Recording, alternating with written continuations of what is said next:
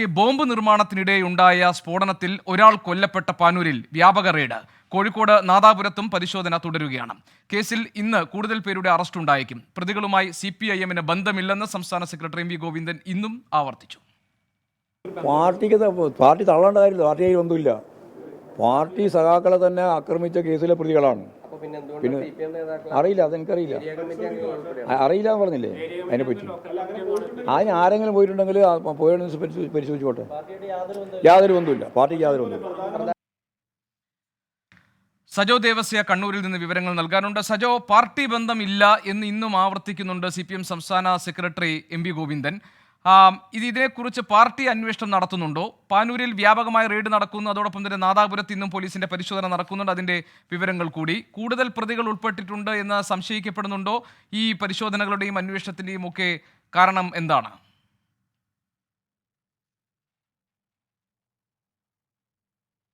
ഗോപികൃഷ്ണൻ, നേരത്തെ തന്നെ, അതായത് ഈ പാനൂരിലെ സംഭവങ്ങളുടെയൊക്കെ പശ്ചാത്തലത്തിൽ നേരത്തെ തന്നെ വ്യാപക പരിശോധന നടത്തുന്നതിൽ പോലീസിന് വീഴ്ച പറ്റി എന്ന രാഷ്ട്രീയ വിമർശനം ഉണ്ടായിരുന്നു. സർക്കുലറിൽ ADGP അത് അംഗീകരിക്കുകയും അങ്ങനെ കേരള പോലീസിന് നാണക്കേട് ഉണ്ടാക്കും വിധം ഉള്ള കാര്യങ്ങളാണ് സംഭവിച്ചത്. അല്ലെങ്കിൽ മുൻകൂർ പരിശോധന, ഇക്കാര്യത്തിൽ രഹസ്യാന്വേഷണ റിപ്പോർട്ട് അടക്കം ഉണ്ടായിരുന്നു.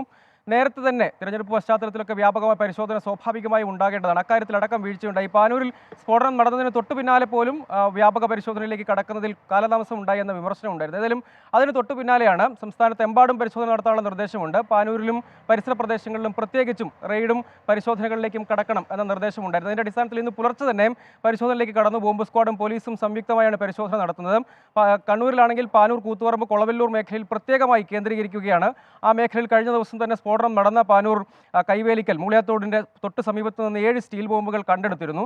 സമാനമായ പ്രദേശങ്ങളിലൊക്കെ വ്യാപകമായ റെയ്ഡ് പുരോഗമിക്കുന്നുണ്ട്. ഇതിനോട് തന്നെ ചേർന്ന പ്രദേശമാണ് കോഴിക്കോട് ജില്ലയിലെ പാനൂരുമായി അതിർത്തി പങ്കിടുന്ന നാദാപുരം ഉൾപ്പെടുന്ന മേഖലകൾ. അവിടെയും വ്യാപകമായ പരിശോധനയിലേക്ക് കടന്നിട്ടുണ്ട്. കേസിലേക്ക് തന്നെ തിരികെ വരികയാണെങ്കിൽ നിലവിൽ 10ഓളം പേർ ഇതിൽ കൃത്യമായി പോലീസ് ഇപ്പോൾ കണ്ടെത്തിയിരിക്കുന്നത് 10 പേർ ഇതിൽ കൃത്യത്തിൽ നേരിട്ട്, അതായത് ഈ ബോംബ് നിർമ്മാണം, സഹായം എന്നിവയിൽ നേരിട്ട് പങ്കെടുത്തിട്ടുണ്ട്. ഒരാൾ കൊല്ലപ്പെട്ടു, ഷെറിൻ കൊല്ലപ്പെട്ടു.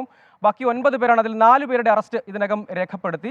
3 പേർ ചികിത്സയിൽ കഴിയുന്നുണ്ട്. പിന്നെ അവശേഷിക്കുന്നത് 2 പേരാണ്. അവർ ഒളിവിൽ കഴിയുകയാണ്. അവരെയും കണ്ടെത്താനുള്ള തിരച്ചിൽ നടക്കുന്നുണ്ട്. അതേസമയം ഇതിൽ പ്രധാനപ്പെട്ട ഒരു രാഷ്ട്രീയ വിമർശനം, അതല്ലെങ്കിൽ തന്നെ പൊതുവായി ഉയർന്നൊരു വിമർശനം, ബോംബ് എന്തിനു വേണ്ടി നിർമ്മിച്ചു, ആർക്ക് വേണ്ടി നിർമ്മിച്ചു, എന്തായിരുന്നു ലക്ഷ്യം എന്നത് കണ്ടെത്തണം. അതൊരു കലാപാസൂത്രണമാണ്.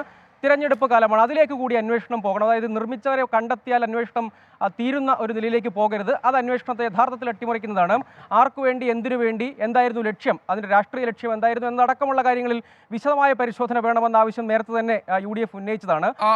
ഒരു കാര്യം കൂടി സജോ, ഇപ്പോൾ കൊല്ലപ്പെട്ട ഷെറിന്റെ വീട് CPM-ന്റെ പ്രാദേശിക നേതാക്കൾ സന്ദർശിക്കുകയാണല്ലോ. ആ വിവരങ്ങൾ കൂടി, ആ ദൃശ്യങ്ങൾ നമുക്ക് കാണാം ഇപ്പോൾ.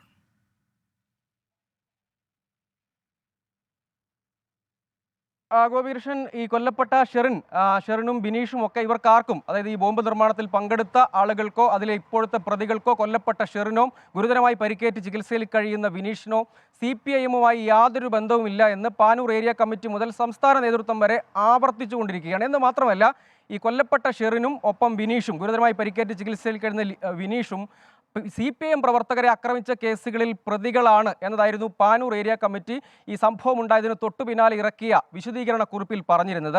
പക്ഷേ ഈ സംസ്കാരത്തിന് തൊട്ടു മുൻപ്, അതായത് ഇന്നലെയാണ് സംഭവം, സംസ്കാരത്തിന് തൊട്ടു മുൻപ്, അതായത് ഷെറിൻ്റെ മൃതദേഹം പോസ്റ്റ്മോർട്ടം പൂർത്തീകരിച്ച് വീട്ടിലേക്ക് സംസ്കാരത്തിനായി എത്തിക്കുന്നതിന് തൊട്ടു മുൻപാണ് CPIM-ന്റെ പ്രാദേശിക നേതാക്കൾ, അതായത് പാനൂരിലെ ഏരിയ കമ്മിറ്റി അംഗം സുധീർ കുമാർ, പൊയിലൂരിലെ ലോക്കൽ കമ്മിറ്റി അംഗം അശോകൻ നേരത്തെ BJP-യിൽ നിന്ന് CPM-ൽ എത്തുകയും ഇപ്പോൾ CPM-ലെ പ്രധാനപ്പെട്ട സംഘടനാ പദവികളൊക്കെ വഹിക്കുന്ന ആളുമാണ്.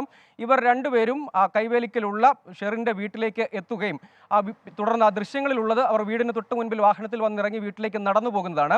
അങ്ങനെയെങ്കിൽ പാർട്ടിയുമായി ബന്ധമില്ല, ബോംബ് നിർമ്മിച്ചവർക്ക് പാർട്ടിയുമായി ബന്ധമില്ല, പാർട്ടിയെ ആക്രമിച്ച കേസിലെ പ്രതികളാണിവർ, ഇതുമായി യാതൊരു ബന്ധവുമില്ലെങ്കിൽ എന്തിനാണ് ഈ നേതാക്കൾ വീട് സന്ദർശിക്കുന്നതിനായി പോകുന്നത് എന്നതൊരു പ്രധാനപ്പെട്ട ചോദ്യമാണ്.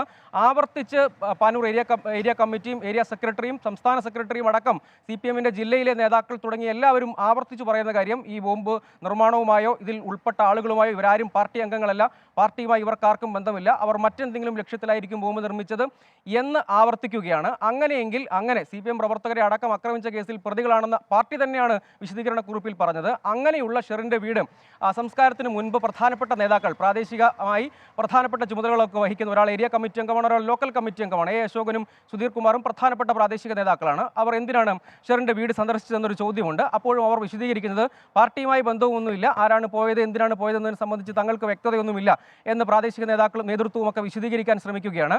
ഇങ്ങനെ ബന്ധമില്ലാത്ത ആളുകളുടെ വീട്ടിൽ എന്തിനു പോയി? മറ്റ് പ്രധാനപ്പെട്ട നേതാക്കൾ അവിടെ പോയിരുന്നില്ല, പക്ഷേ പ്രാദേശിക തലത്തിൽ ബ്രാഞ്ച് തലങ്ങളിലൊക്കെയുള്ള ആളുകൾ ആ സംസ്കാര ചടങ്ങിൻ്റെ ഭാഗമായി എന്നാണ് നമ്മൾ മനസ്സിലാക്കുന്നത്.